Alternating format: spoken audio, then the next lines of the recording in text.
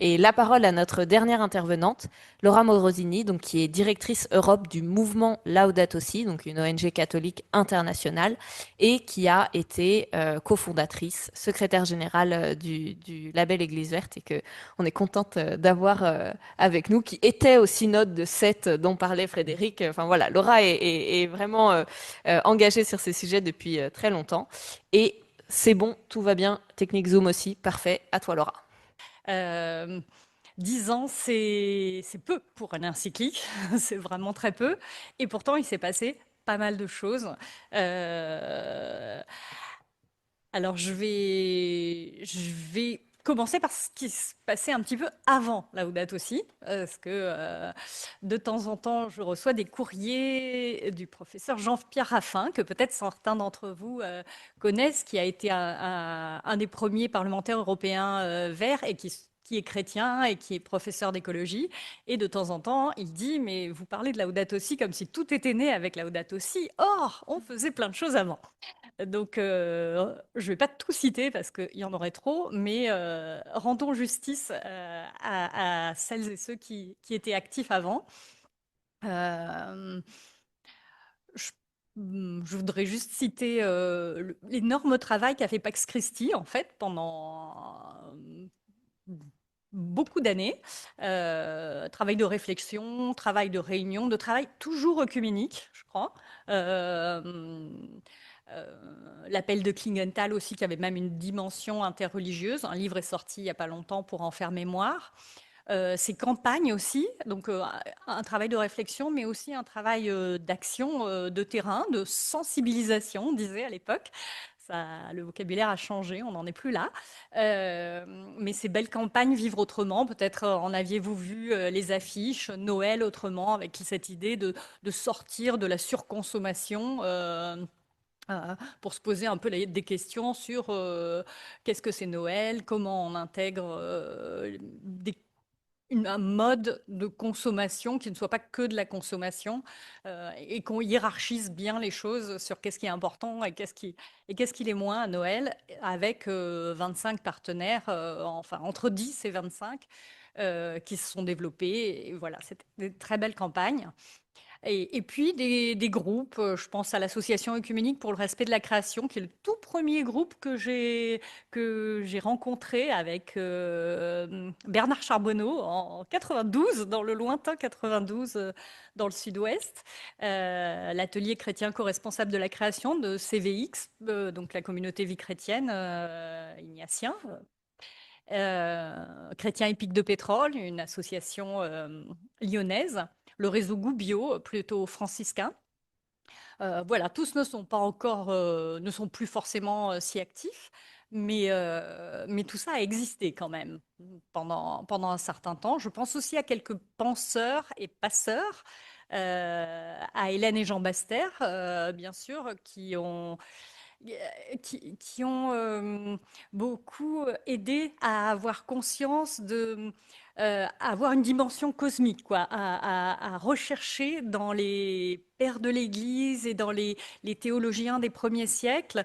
Tu citais tout à l'heure, je ne sais plus si c'était Basile, Maxime le Confesseur, voilà, les ermites aussi, voilà,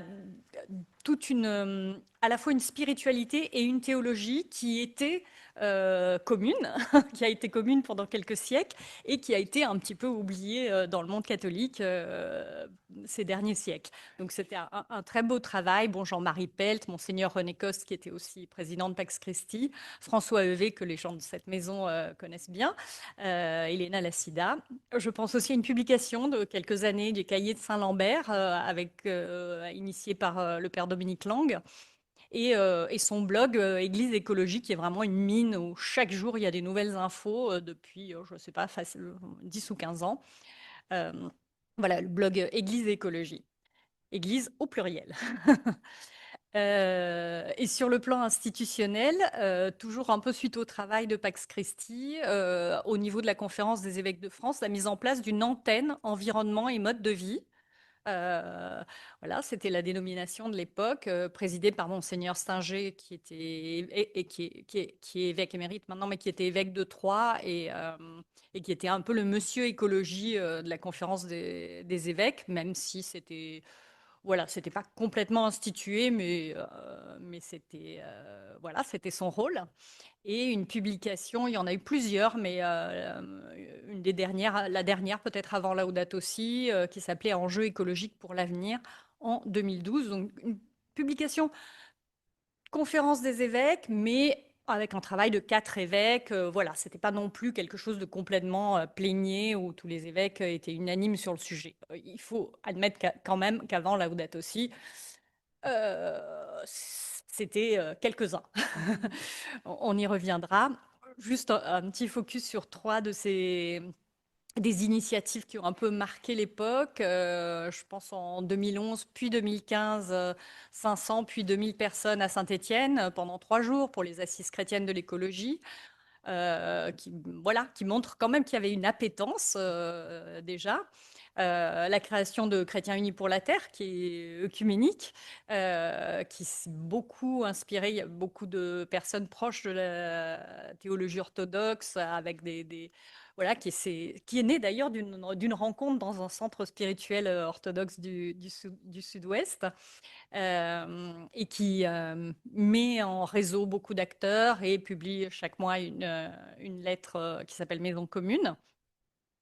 Euh, et je voulais citer aussi les marches, le Jeûne pour le climat, qui est une de ces initiatives de 2014 qui a été vraiment très forte, qui s'est répandue sur des dizaines de lieux de culte et de groupes, et ce qui était œcuménique, le Jeûne pour le climat, et des marches pour le climat, notamment celle de 2014. Alors, dans ce continuum voilà, de développement quand même, d'action, euh, dans ce continuum, Laudato Si, voilà, c'est pas une révolution, c'est dans la continuité, mais hop, on monte d'un cran d'un coup, quoi, en fait. Ça fait faire un bond. Donc, dès les années 70, on trouve des éléments du magistère. Hein, si on sort de la France, on m'a demandé de me tenir à la France, mais bon, quand même, je crois que j'ai le droit de parler du pape. Euh, dans des éléments du magistère, je pense au discours à la FAO de Paul VI dans les années 70, à la lettre pour la paix de Jean-Paul II en 90, à Caritas in Veritate de Benoît XVI. Voilà, des éléments d'écologie étaient existaient, mais il fallait les chercher en fait. En gros, si vous vous intéressiez au sujet, en cherchant, en fouillant, on trouvait des choses. Moi, je m'étais dit, je me souviens en 2011, j'étais arrivée comme une fleur en me disant, tiens, ça serait bien que j'avais fait des études d'environnement, j'étais pratiquante, voilà, je me disais, ah, bah, ça serait bien quand même qu'on fasse le lien avec les deux sujets. Tiens, je vais réfléchir et je vais écrire un livre. Puis après, je fouille. Alors, en fait, il y a plein de livres déjà, et il y a plein de gens qui ont réfléchi au sujet, mais je ne le savais pas en tant que paroissienne lambda. Donc 2015, Laudato Si, donc juin 2015. Et une poursuite de cette réflexion aussi dans Querida Amazonia en 2020 et Laudate Deum en 2023. On y reviendra. Donc c'était le synode sur l'Amazonie avec un document final qui avait ce nom. Alors, je voudrais dire trois choses en fait. Le premier, c'est que le sujet de l'écologie devient légitime avec Laudato Si. Donc avant Laudato Si, on s'entendait répondre l'écologie est un luxe de riches, l'écologie n'a rien à voir avec la foi, le temps pour la création instauré pourtant en 97 puis encore plus en 2007 au niveau œcuménique, c'est pas dans la liturgie, donc je suis pas tenue d'accepter une célébration sur le sujet. Euh, donc voilà, peu de réceptivité. Enfin, on était content quand quelqu'un s'intéressait au sujet. Après Laudato Si, Laudato Si reçoit un accueil fracassant, beaucoup lu, beaucoup discuté, best-seller en France, 150 000 exemplaires malgré le fait qu'il était en libre accès un peu partout. Edgar Morin qui dit l'encyclique Laudato Si est peut-être l'acte 1 d'un appel pour une nouvelle civilisation, rien que ça. Et des experts comme Wolfgang Sachs qui dit jamais une encyclique a eu une telle diffusion aussi vite. Cet effet de Laudato Si se conjugue, comme disait Frédéric, à l'arrivée de la COP 21. C'était quelques mois avant. Donc, donc, ce qui naît en France, on ne sait pas très bien qu'est-ce qui naît du travail œcuménique ensemble, de la préparation de la COP aussi, qui s'est beaucoup fait au niveau œcuménique, et de Laudato Si. C'est un mélange, un cocktail fructueux. Je ne sais pas si on dit ça d'un cocktail. Enivrant. Euh, donc, euh, donc, juste une dernière chose sur Laudato Si. L'effet immédiat, il y a eu aussi beaucoup de personnes qui ont dit que c'était un effet analogue à celui de Rerum Novarum, ce qui est pas peu dire. Je vais passer beaucoup plus vite sur la suite.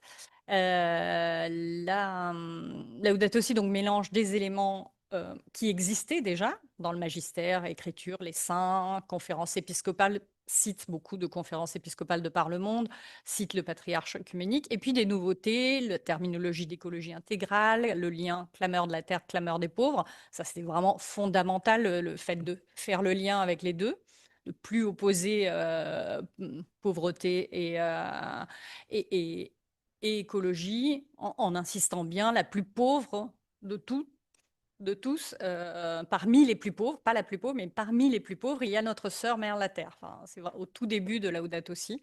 Donc, on ne peut pas s'intéresser à la pauvreté, ce qui nous vient très naturel, sans s'intéresser à l'écologie aussi.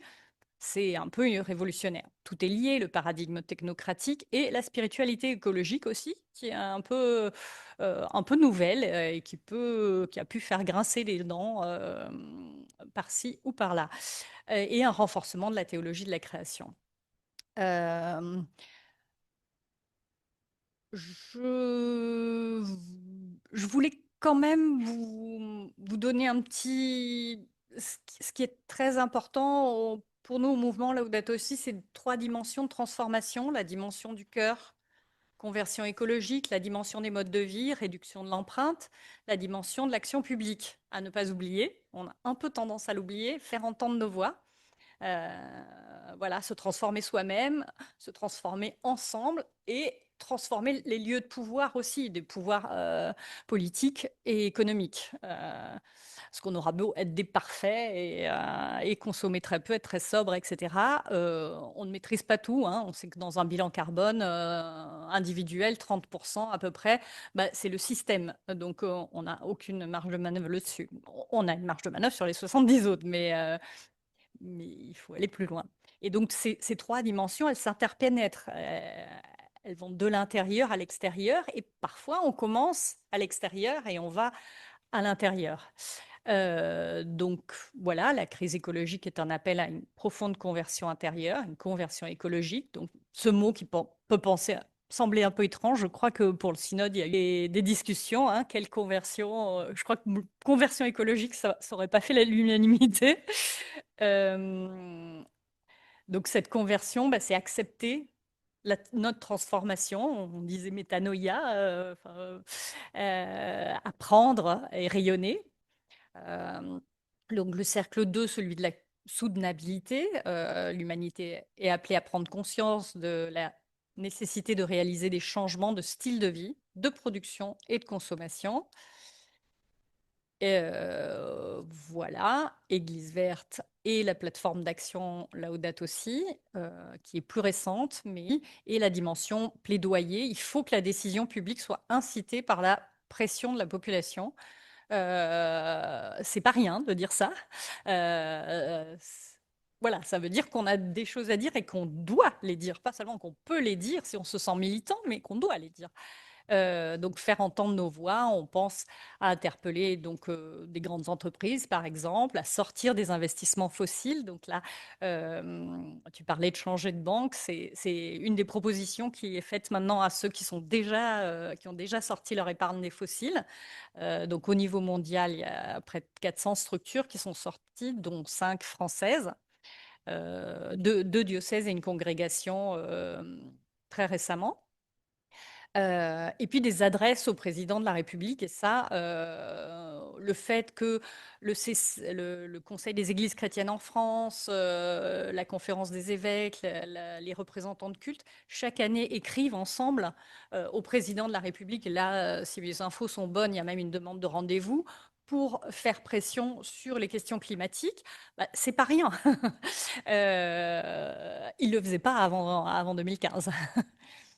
Euh, pour voilà la dernière partie, donc une dimension d'écologie intégrale plus structurée dans un écosystème donc académique, de terrain, les structures de Vatican, j'en ai parlé tout à l'heure, des initiatives au niveau de la conférence des évêques, des mouvements d'église, les congrégations aussi qui sont de plus en plus mobilisées, des institutions internationales, le bassin du Congo, le pan-amazonien et une alliance Laudato Si européenne. Et puis des rendez-vous, ce temps pour la création, euh, par exemple. Donc voilà, là c'est juste une image. Vous voyez les différences de couleurs entre l'Assemblée des évêques avant. L'initiative, ils sont très verts, mais ils sont que entre eux, alors que l'autre, c'est à partir du moment où le président de la conférence épiscopale a eu l'initiative de dire, d'inviter chaque évêque à venir avec une ou deux personnes de son diocèse pour parler d'écologie. Et ça, pendant 3 ans, donc à 6 reprises, il y a eu ce dialogue avec la plupart du temps des laïcs. Voilà, pendant 2 jours, à chaque fois que les évêques se réunissaient, il y avait un temps pour se former aussi, parce que pour parler de quelque chose, il faut aussi connaître, et c'était pas forcément dans leur formation initiale. Euh, voilà, et un autre focus sur le temps pour la création qui se développe. Donc de beaux fruits, quelques limites, hein, tout n'est pas parfait non plus. La moisson est abondante, mais ouvriers peu nombreux. Ça repose surtout sur des bénévoles et avec des moyens souvent faibles. Donc ça, c'est le résultat d'une grande enquête qui a été faite l'an dernier sur 300 organisations européennes. Même si Laudato aussi a les a toutes influencées. Elles disent en tout cas que ça les a influencées. Le, un autre bémol, c'est que bah, ça va pas assez vite, et c'est le pape lui-même qui le dit, 8 ans après Laudato Si. Je le dis avec mes mots à moi, mais la vraie citation est là, je dois remettre l'ouvrage sur le métier et vous dire qu'on va pas assez vite, d'où l'exhortation apostolique Laudate Deum, qui se centre sur la crise écologique, et c'est peut-être un problème qu'on a eu en France, la crise climatique, que dans Laudato Si, peut-être que le climat n'a pas été... voilà, chacun a un peu vu ce qu'il avait envie d'y voir. Et du coup, le pape s'est senti obligé de refaire un texte spécifiquement sur le climat. Euh, et je termine avec ça. Qui est une étude qui a eu lieu il y a 1 an et demi en France sur la réception, le climat et les chrétiens, les questions climatiques et les chrétiens. Et parmi les différentes questions, il y avait le niveau de notoriété de Laudato Si. 26% des Français ont entendu parler de Laudato Si et 44% des catholiques pratiquants, qui se disent pratiquants. Donc voilà, il y a encore un peu de boulot. Et si on demande, ok, vous en avez entendu parler, mais est-ce que vous voyez de quoi il s'agit? Parmi les catholiques pratiquants, on est à 17% qui voient de quoi il s'agit. Donc, donc, je me dis qu'on a encore pas mal de travail à faire. C'est normal, ça fait que 10 ans, mais voilà. Parmi les choses qu'on peut faire, vous voyez là-haut une petite vignette de la lettre. Donc ce film sur Laudato Si, ça peut être quelque chose de très simple à diffuser dans les paroisses. On avait fait la première ici même il y a 2 ou 3 ans. Voilà, toujours un bel outil. Et puis j'ai une deuxième proposition qui va sortir bientôt. Vous voyez cette petite carte là, elle est en anglais, mais elle y sera en français. on peut aussi déposer une prière pour la terre qui est un des beaux apports de Laudato Si, cette prière qui est à la fin et qui, je trouve qu'elle résume Laudato Si, moi, cette prière. Aller la déposer près d'une statue de Saint François ou autre dans sa paroisse. Et voilà, ça porte de manière très condensée le message de Laudato Si. Merci.